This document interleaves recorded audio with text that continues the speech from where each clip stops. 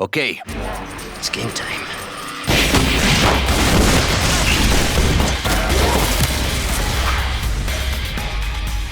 Shoot! Get down!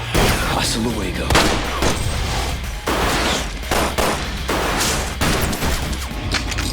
I have this. Feast on this!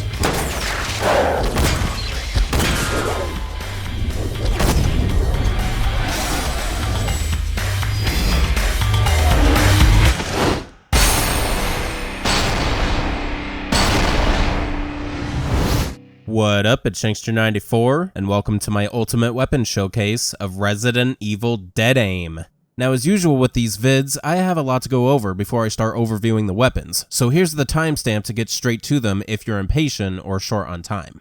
So Resident Evil Dead Aim is another spin-off title in the series. Being titled in Japan as Gun Survivor 4, Biohazard Heroes Never Die, it is the fourth entry in the Gun Survivor series of first-person shooter games, following Survivor and Survivor 2 Code Veronica of the Resident Evil series, and the third Gun Survivor title, Dino Stalker of the Dino Crisis franchise. Dead Aim was exclusively released on PlayStation 2 and has very little connection to any of the games before it, in both plot and gameplay other than the first-person shooting. While aiming and firing is executed in first person like the previous Survivor games, character navigation occurs in third-person perspective. This makes Dead Aim the first official Resident Evil title to use the perspective and possibly be the testing grounds for the standardized over-the-shoulder camera style a majority of later Resident Evil games use. The inventory of this game is fairly unique, separating weapons, ammunition, and items to their own columns that function similarly to an item box, which is once again absent in this game, and I realize now won't be appearing again for quite some time in this series. When it comes to the weapons of this game, there are a few of them that will look familiar from past games, with the others being originals exclusive to Dead Aim. There are once again two main protagonists, Bruce McGivern and Fong Ling, which are discount Leon and Ada with a splash of James Bond in their dynamic. But unlike Zero that introduced the character swap, Dead Aim returns to classic form with occasional plot-driven character switchovers. However, unique to Dead Aim is the option to play as Fong Ling for a majority of the game after beating the game once on any difficulty. And because there's also an unlockable if you achieve S rank on the hardest difficulty that begins your game with every weapon already possessed with infinite ammo, every single weapon in this game can be wielded by both characters. I'll show both characters equipping the weapon, but I won't be firing it with both of them since you can't even see the weapon when you're aiming. Now to go over the specs of the hardware and software I'm using to play Dead Aim and detail how it'll earn its ultimate status in my second remaking era. Being only released on PS2, I am using the PCSX2 Emulator on PC. Internal game resolution is set to 4K with a widescreen hack to remove the standard black pillars of 4:3 aspect ratio without stretching the picture during real-time gameplay. Static elements such as the on-screen HUD and the inventory menu will be slightly stretched, but it should hardly make a difference. What's really going to make this game fit in with the theme of my second remaking era is the fact that there is an HD texture replacement pack available for this game, and I'll be sure to link it down in the description. This, like most texture mods, polishes up the 3D models and backdrops, delivering never-before-seen clarity. However, you have to modify a few specific settings in the game's graphics interface and patches menu in order for everything to line up correctly, so here are my current settings on all relevant tabs for your reference.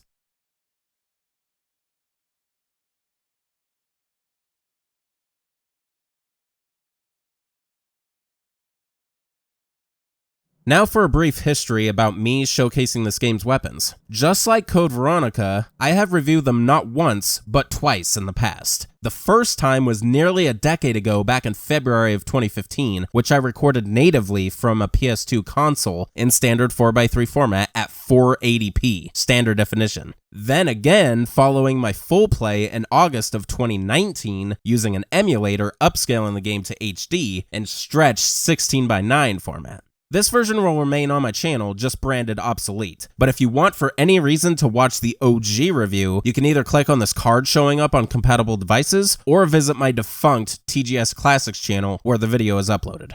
So now to begin wrapping up this prologue portion by walking you through my organized routine for showcasing this game's weapons using video snippets from the last time I reviewed them. First, the weapons are sorted into categories in approximate order of firepower. If there are multiple weapons in a singular category, then they'll be shown in order of acquiring them in the game. Resident Evil Dead Aim is the first game since Survivor 1 and the only other game to not have a usable knife or bladed weapon of any sort, although one can be seen in one of the cutscenes involving Bruce and Fong Ling. What are you doing?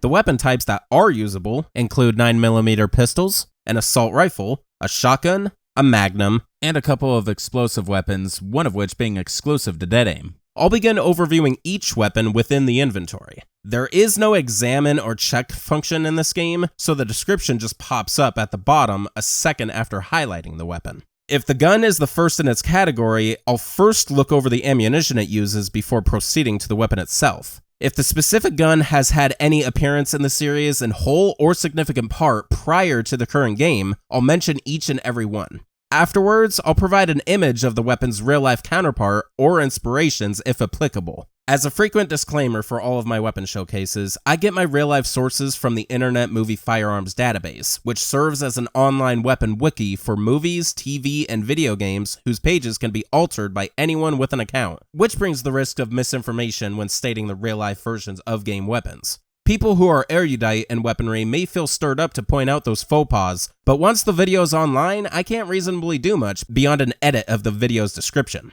Following the in real life mention, I'll show the specific location of the weapon, first showing the room on the map, then where within it is found. Then it will be time to demonstrate the weapon in action. First, I'll show both characters with the weapon equipped and include special stances and idle animations. I prefer to use a well-lit, enemy-free environment to get a detailed look at the weapon. This area for weapon inspection is what I call the hub, which I will give a brief tour of at the end of this prologue. While testing the weapon out, I will add an optimized slow-mo effect to one or more of the shots fired, with automatic weapons getting fast motion with the slow motion, and explosives getting a reverse effect on top of the slow-mo. Once the weapon is empty, I will perform the reload function, which in this game is fairly lame since you can't see the weapon being fired or reloaded. After test firing is finished, I will then proceed into enemy territory to test the weapon's firepower. I will use the same set of enemies for all weapons of a particular class, starting with zombies for the weakest weapons, then stronger enemies as the firepower increases to keep a steady pace. As always, the central focus of these showcases is to simply show the weapons of the game and demonstrate their performance, not to adequately determine the damage to enemy health point ratios or be concerned about firearm or caliber accuracy in real life. After evaluating the results of the enemy test and averaging the shot amount, I will declare the current weapon concluded and then share in-game cutscenes of the weapon being handled in any way beyond simply holding it. This will transition smoothly into the next weapon of the lineup and the process starts over again. At the end of the showcase, when all weapons have been shown, I'll add their total amount to the overall total weapon count of the series thus far, and then announce the subsequent game in the series to get the ultimate treatment. Now to show you guys the hubs, plural, for inspecting the weapons. On Bruce's side, what do you know, it's the same location as my previous review of this game. It's just one of the brightest areas of the game and is great once you kill the halberds that are in here. As for Fong Ling, I decided on one of the linked passages of the waterway. This is one of the later times you play as her and it's pretty well lit. So that shall be it for my prologue. I hope you found that information useful and your patience isn't too tested. Let's begin going over some weapons. Alright, we're gonna kick it off with the 9mm pistols since there is no knife. The first one is just called the Handgun. But since we're starting a weapon category, first let's go over the ammo. Handgun rounds. These standard 9mm parabellum rounds can be used in most handguns. Alright. It probably says most because by definition a handgun is simply a weapon you could hold in one hand. So we got our 9mm pistols here, but then we have another kind of handgun but uses different ammunition. So it's probably why it says that. Anyway, there's the ammo. Now let's go over the actual handgun. This customized automatic pistol holds a clip of 9x19mm shells. Okay, shells is kind of interesting. Okay, so I just want to make a little note that the term automatic being used in this definition, I think is just referring to the fact that it's a self-loading device. So by looking at it, you could tell almost immediately that it is a Beretta 92 type weapon. Specifically, it is a Beretta 92 FS Brigadier. Exactly the same base weapon that every Samurai Edge model we've seen up until this point has used. And this is very similar, of course, to the original Beretta in the very first Resident Evil game. Now, the only distinguishing factor about this one specifically is the compensator that's attached to it. This, in turn, makes it sort of similar to Barry's Samurai Edge from Remake, although that is a Beretta 96 FS technically, so we're not comparing apples to apples here. But it is one of the best things to compare to when it comes to the compensator. And of course, here's a real-life image that I was able to dig up of a 92 FS Brigadier with a compensator attached. So this is exactly what it looks like in real life. All right. Now here's what the handgun looks like in-game, being equipped by both characters. And here are their idle animations. Like the last couple of games, Fong Ling, being the female, has 2 animations. And then there's also a stealth mode in this game where they take a slightly different stance and they can move more slowly. And in this stance, I can get a really nice close-up if I get close to a wall. Alright, so Bruce starts straight off with this weapon in his inventory. One thing that's cool is normally if you're using a regular controller, the crosshair would be locked on the X-axis and you would only be able to move the Y-axis with one of the analog sticks, while panning on the X-axis left and right. So it's pretty janky. However, you could use a USB mouse, either connected to your PC through the emulator or on a native PS2 with the USB ports. And your mouse becomes the crosshair, which is very similar to the way it's meant to be used in this game, which is using the Gun 2. This makes things a lot easier when it comes to aiming and shooting. Alright, so let's go ahead and test the weapon out.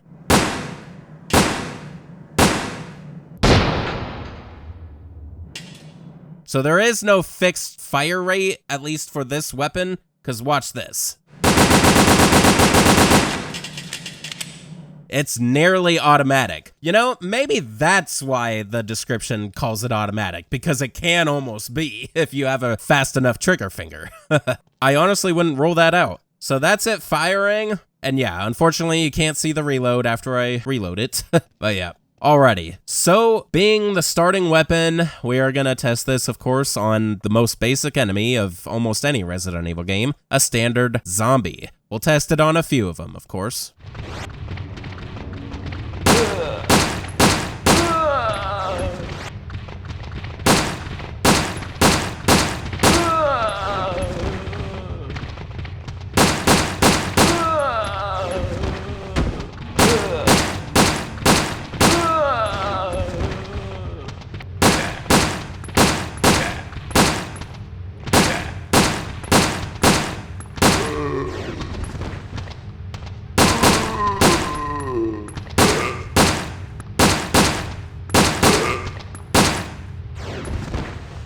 Alright, among 4 zombies, 2 of them took 9 shots and the other 2 took 10.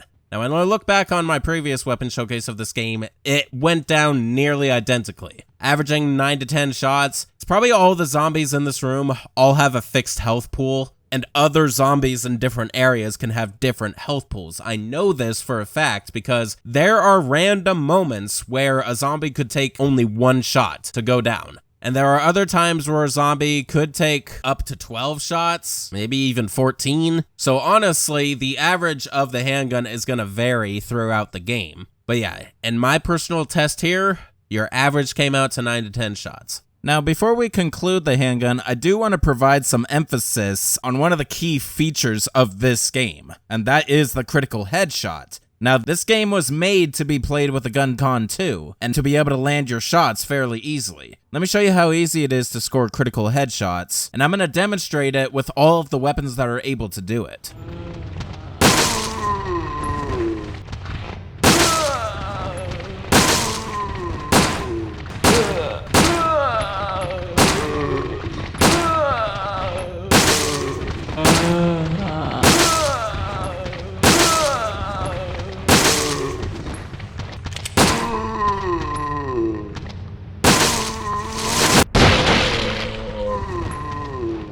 As you can see, it has to be perfectly between the eyes in order to score the critical. But if you got a steady enough hand, or you're pretty good with the cursor, or even with analog sticks if you're using a controller, they're pretty easy to score in this game, and they're a blast, let me tell you.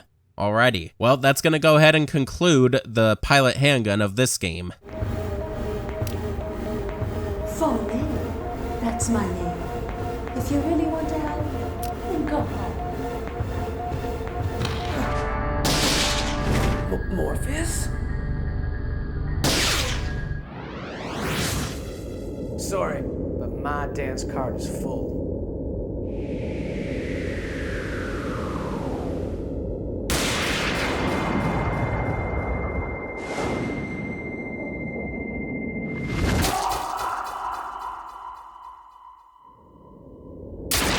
Now for the next 9mm pistol, the silencer handgun.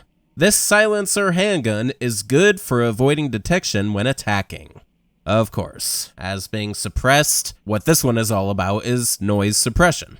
So, this is a handgun we have definitely never seen before. This one is based off of the Mark 22 Mod 0 Hush Puppy, which I believe is a derivative of a Smith & Wesson 39. Cool. This is also the first suppressed pistol that's able to be used anyway in the Resident Evil series. I say that because, of course, there were cut weapons from Resident Evil 0 that were meant to be silenced. So even though Fong Ling starts with the silencer handgun from the get-go when you play as her, Bruce can get his own in room 206 on the second floor of the ship. Once you come in here, you'll see it right there on the chair in plain view. Looks really good here in this HD texture. Now here's the silencer handgun in-game, being equipped by both characters, and their idle animations.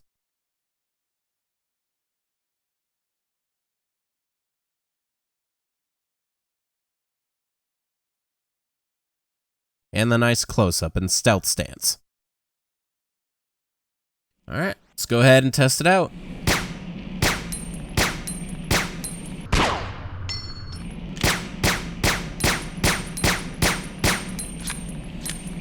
Okay, so this one doesn't have nearly as fast of a fire rate as Bruce's handgun. It's like I was actually limited on how fast I could fire the rounds out of it. And it holds nearly half the ammo as Bruce's handgun, but clearly a lot quieter.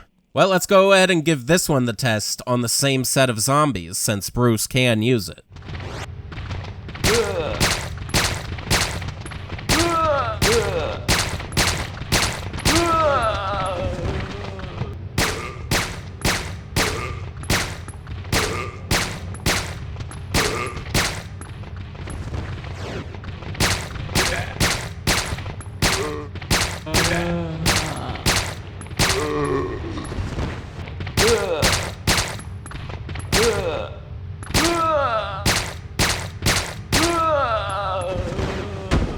Okay, so amongst the same 4 zombies, 3 of them took 10, while 1 only took 9. Now, based on my own experience and past times I've reviewed the weapons of this game, I've come to understand that there is a very minimal firepower difference, if at all, between all of the 9mm pistols. I'm pretty convinced that they have the same firepower, and it's literally just other statistical differences between them, such as the fire rate, and of course this one having a silencer being more quiet and not disturbing zombies, or other creatures for that matter. So, with the average being nearly identical to the other handgun, no surprise there, I'm just gonna say that the only difference between all of these pistols are their other functions. Now to show the critical headshots with the silencer handgun. This should be funny looking since it's a lot quieter.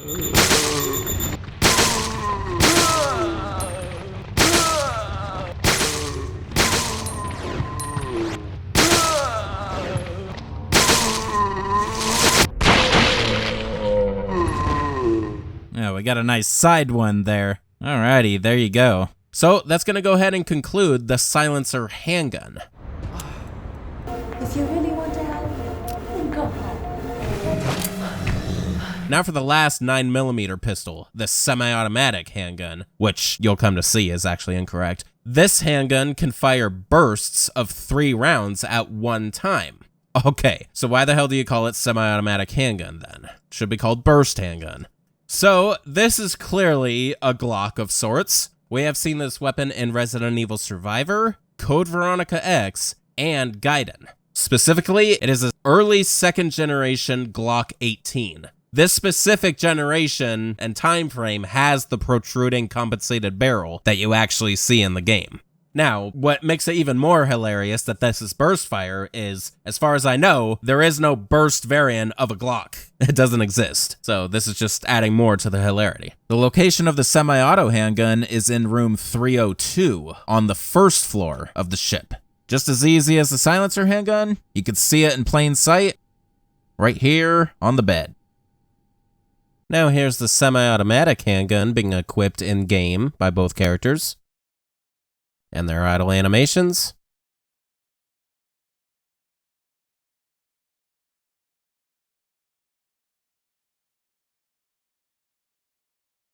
And their stealth stances with a nice close-up. So let's give this one the old test, see how it acts.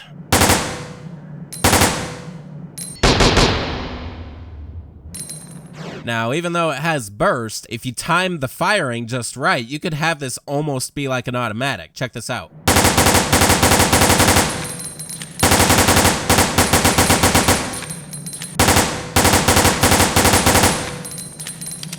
It has to be perfectly timed, but you could almost unload the entire magazine. Alright, well, now that I already revealed that all the handguns have virtually the same firepower, we should be able to determine how many this is going to take, but we'll test it out regardless.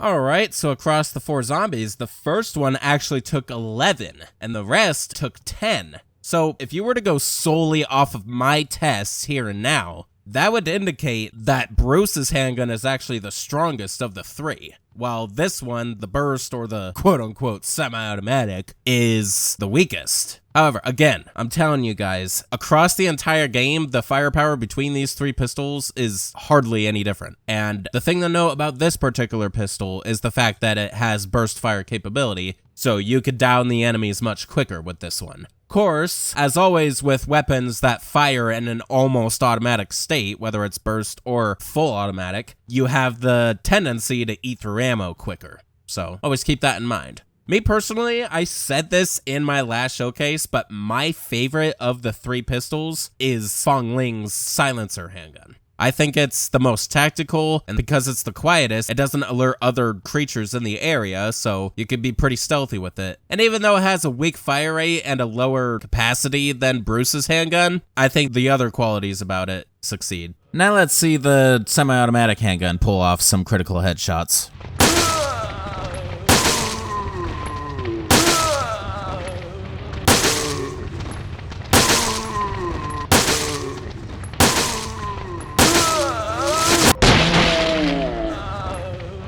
Alrighty then. Well, that's going to go ahead and conclude the burst handgun, because that's what it actually is, and that's also it for all the 9mm pistols. Alright, turning up the fire rate immensely, and we're going to get into the one and only machine gun of sorts, the assault rifle. But first, let's go over its ammunition, of course. Assault rifle round. The drum magazine for assault rifle. Work on your grammar skills, please. Alright. Yeah, this is specifically a Beta C 100 round mag. So now let's go over the actual assault rifle. This Special Forces drum machine gun can fire 100 round bursts, which is a direct reference to its magazine, in a way. Alright, so we have definitely not seen this before in any Resident Evil game. It's hard to determine exactly what it's based off of. We know what the base gun is. This is a Heckler und Koch G36 of some sort. Now, what exactly it is debatable. According to IMFDB, it is based off of the G36 KV, which is an export carbine version of the G36. And of course, it has a 100 round Beta C mag instead of a regular magazine. Now, what makes this debatable, if that's actually what it's based off of, is previously it was claimed to be based off of the MG36, which is a light machine gun variant of the regular G36. And when you look at both of these weapons, it really could be either or, especially with the fact that the MG36 already has the Beta C magazine attached to it. So I'm not going to say it is absolutely one or the other. I'm just going to reference both of these weapons. You can decide for yourselves what it's actually based off of. The common denominator and what it for sure is across the board is a Heckler & Koch G36. While Fong Ling starts with the assault rifle in her inventory, Bruce can get his own. It is located in the clean room on the first floor of the Umbrella Waste Facility. This is the room that you enter once you get a recording of Morpheus's voice from an email and play it back to the speaker. Once you come in here, it is in this locker right there in plain sight. Now here's the assault rifle being equipped by both characters in-game. This is a two-handed weapon, so slightly different stances. You can see the Beta C magazine pretty clearly here. Bruce appears to only have one idle animation, but Fong Ling, she does have two technically, but they're very, very similar. I could tell a small difference with her body posture. And the stealth stance, although it's not much different. So now let's go ahead and test it out.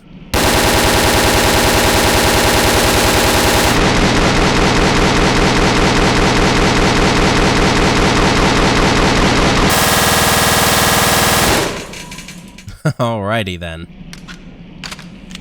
Well, rapid fire weapon, not much else to say about it. Now, being an assault rifle, it's not going to be that much more powerful than the pistols. So, we're going to go ahead and test this on a zombie once again.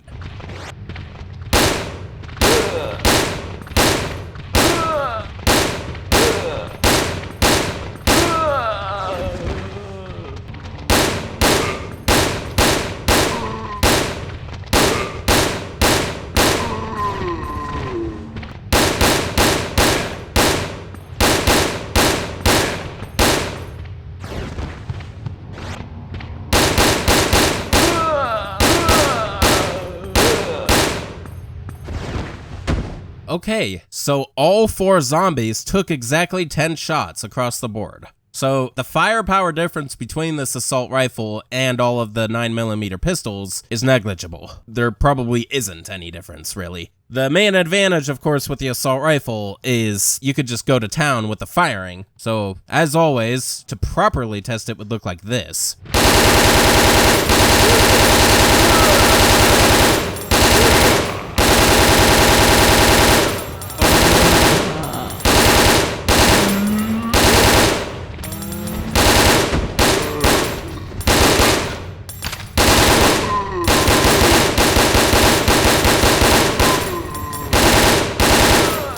That would be the proper way to test it out.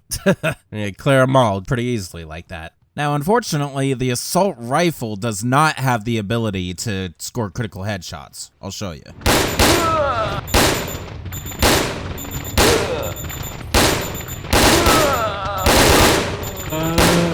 No such luck. So there you go. All right, that's going to go ahead and conclude the one and only assault rifle. All right, turning the firepower up a little bit more and moving into the one and only shotgun. Just called shotgun here. First, let's go over its ammo, shotgun rounds. 12 gauge shotgun shell.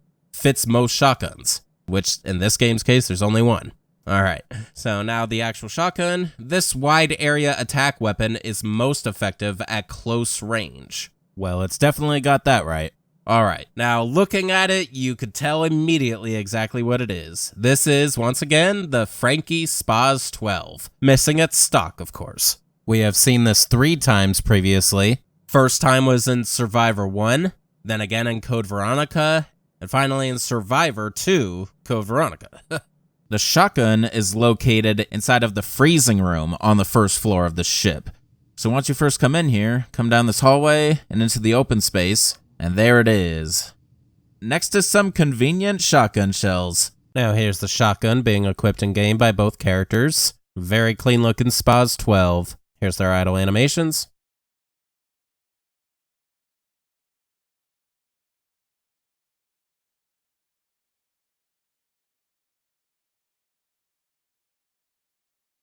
And their stealth stances.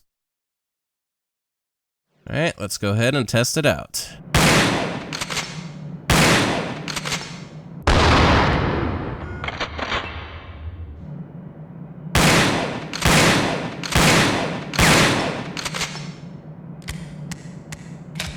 You could almost fire it in a semi-automatic way if you press it at just the right time.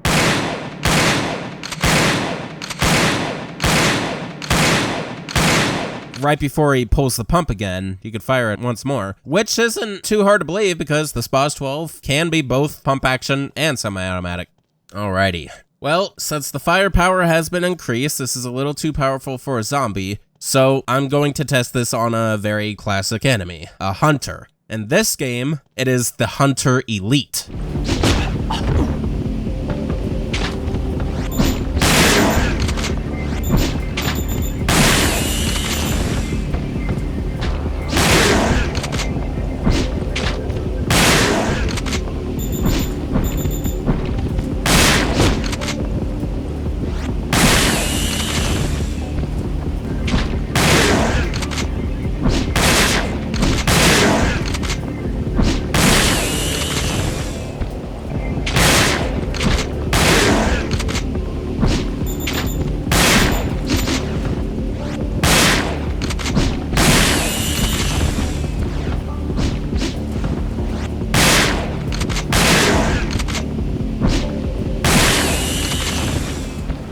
So, being there's only 2 hunters there, I did a few tests just to be absolutely sure. And it ticks between 2 and 5 shotgun shells, depending on when you're hitting them, if they're in the middle of an animation, perhaps. But seems to have a various range. Whatever that averages out to, there it is on the screen. Alright, well, that is going to be the one and only test on the hunters, because all the rest of the weapons are too powerful for it. Now, I don't know if the shotgun can perform real critical headshots, but we're gonna just do headshots with the shotgun on some zombies.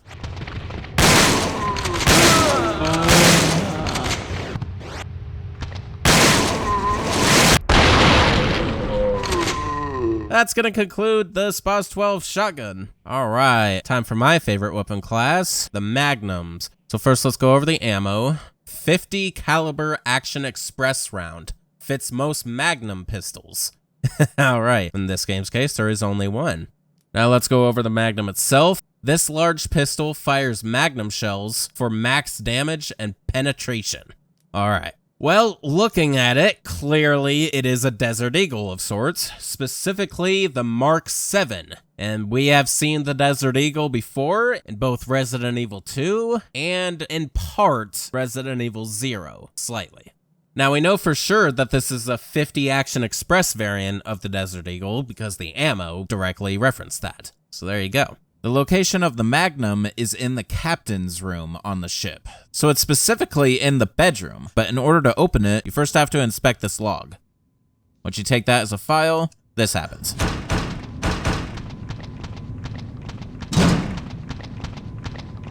First, you have to defeat the captain. Once you finally defeat him or incapacitate him enough, it'll be right here on the bed. Now here's the Magnum being equipped by both characters in game. A Desert Eagle indeed.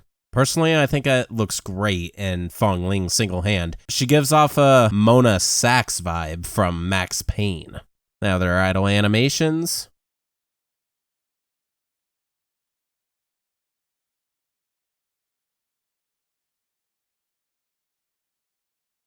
And their stealth stance for a nice close-up. Alright, let's go ahead and test it out.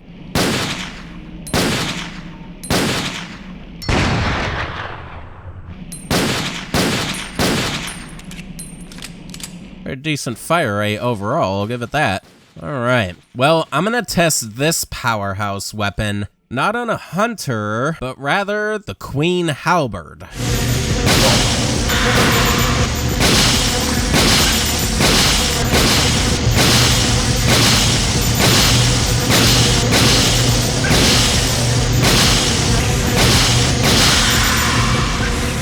Alright, so it took 15 Magnum rounds to take down the Queen Halberd. That thing is definitely powerful. This won't take too long to put down if you got the ammo to spare. Of course, we're not done with the Magnum yet. We gotta do our explosive headshot tradition. We're gonna take this to a standard zombie's head. And I got to tell you, in this game, it's pretty epic, even though there are no decapitations.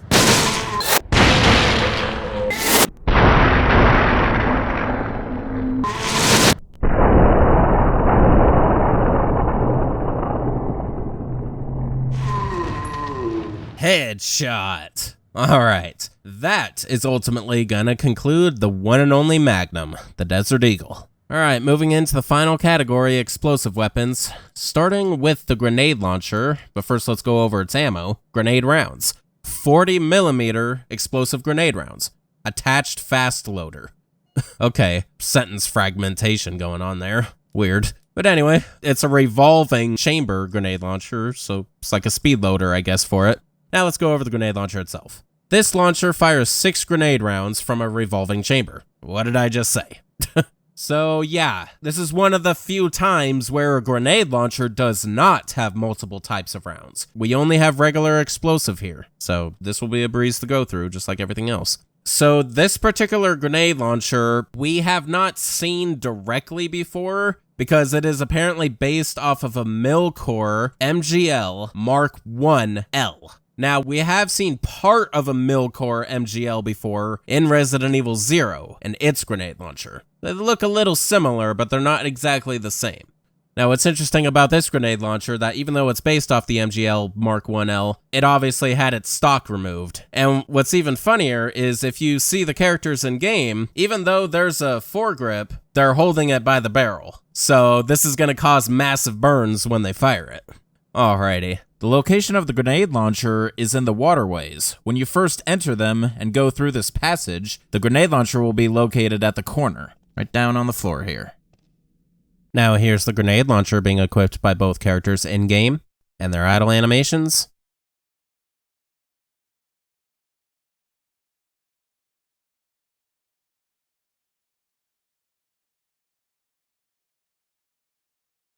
And their stealth stances. Well, let's go ahead and test it out.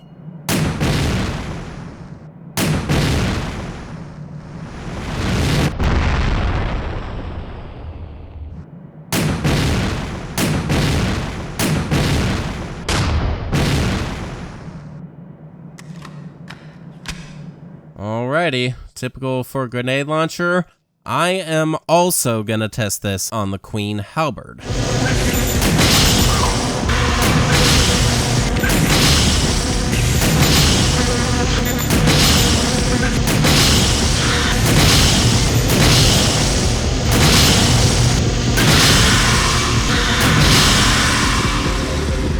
Alright, I sort of lost count of how many rounds that took, so I'm just gonna put it up here on the screen since it's only one singular test and not averaging out to anything. I do know that it was less shots than the Magnum, so overall this has more firepower. Not crazy to believe, being an explosive and everything.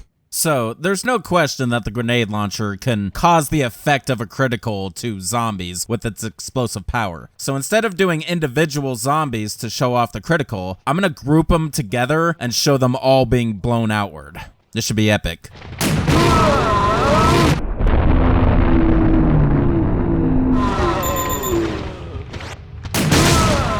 I got nearly all of them in that first shot, but alas. But anyway, that was freaking awesome. Alrighty, well, that's gonna go ahead and conclude the one and only grenade launcher. Alright, we have already made it to the final weapon of the game, the CP rifle, which stands for Charged Particle Rifle. This anti-lifeform weapon accelerates and fires highly charged particles. There it is right in the description. So there is no ammo for this because it's rechargeable. So of course, this is a completely fictional weapon. It's not based off of anything in real life. However, it may be inspired by things we have seen previously. So this weapon reminds me a lot of how the rail cannon in Resident Evil 3 Nemesis operated. It was battery operated, it charged up and fired particles. So to me, especially when you look at this thing in game, it looks like a handheld miniature of the rail cannon in some ways. The Charged Particle Rifle is located inside of the laboratory and the Umbrella Waste Facility. So first enter the room, come around the corner here to the left, and there it is. As soon as you take it though, you're gonna have to fend off all these zombies. Once you have the Charged Particle Rifle, it's infinite all the way up until the final boss, so use it as you please. Now for our last equipment check, here is the Charged Particle Rifle being equipped by both characters, and their idle animations.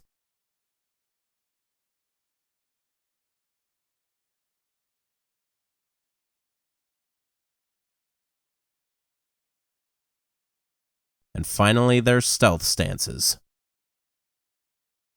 Alrighty then, check this out.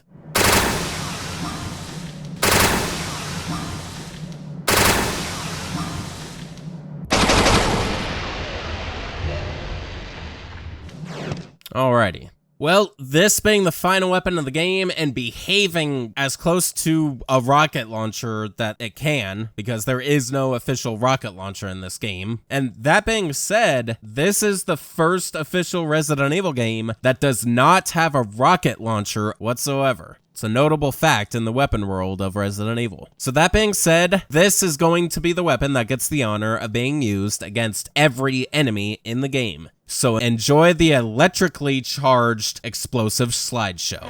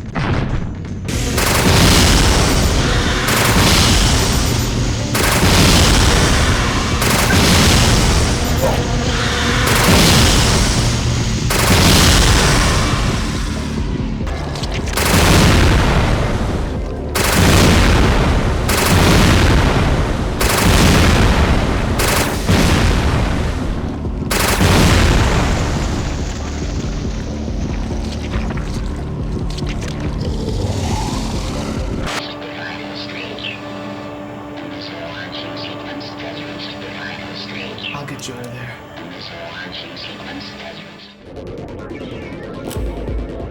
Keep dreaming.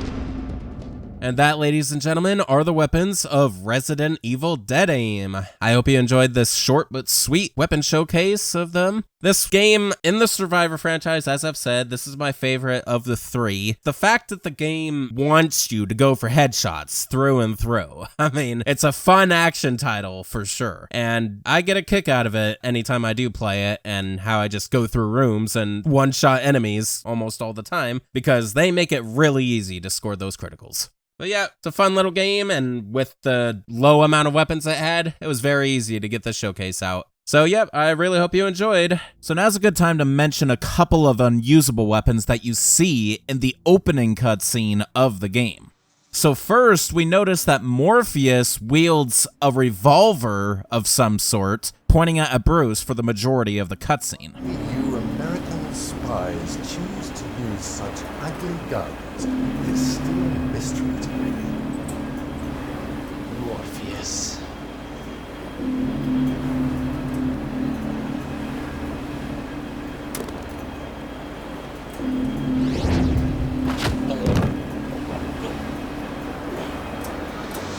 Now, this revolver may be unidentifiable due to the blurriness of the cutscene, but the author of the IMFDB page for this game does deduce that it is likely some variety of Smith & Wesson due to the trigger guard that's identifiable in one of the only clear shots of the cutscene. So this one is sort of open to interpretation. Leave in the comments what you think it might be. And we also see what appears to be an M67 grenade being used by Fong Ling to save Bruce and potentially injure Morpheus.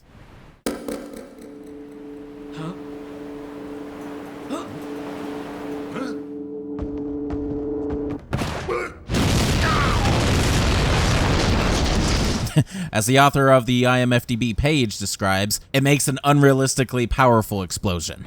So now to add the total amount of these weapons to the overall total weapon count of the entire franchise thus far since I've started this second remaking era. So there are a total of 8 weapons in this game, and we will add that to the 104 that we have gone over so far. And that makes our grand total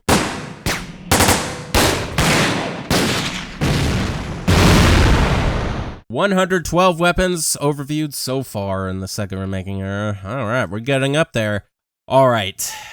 I have been dreading this, but the next game in the franchise is the motherlode of the entire franchise, Resident Evil Outbreak. One of the best spin-offs in the entire franchise, in my opinion, my personal favorite. And also touting the most amount of weapons in a single game in all of them. Literally. There is no other game that has nearly the same amount of weapons as Resident Evil Outbreak and its following sequel, Outbreak File 2, have. And those two games are next in the lineup. So I got my work cut out for me. All the metal that I've built up so far in this second remaking era is going to be tested for these two upcoming games. But I am going to go through with it with full force. I will, of course, be taking a lot of time on this one. These for sure will take the longest that any game has so far in the second remaking era, so I really would put it out of your head to expect another video anytime soon. Because if I'm going to deliver the same amount of quality that I've been giving to these games so far, I have got to focus and got to avoid burnout wherever I could, because Outbreak honestly is a maker or breaker for me, as some who have been watching my channel for a long time would know.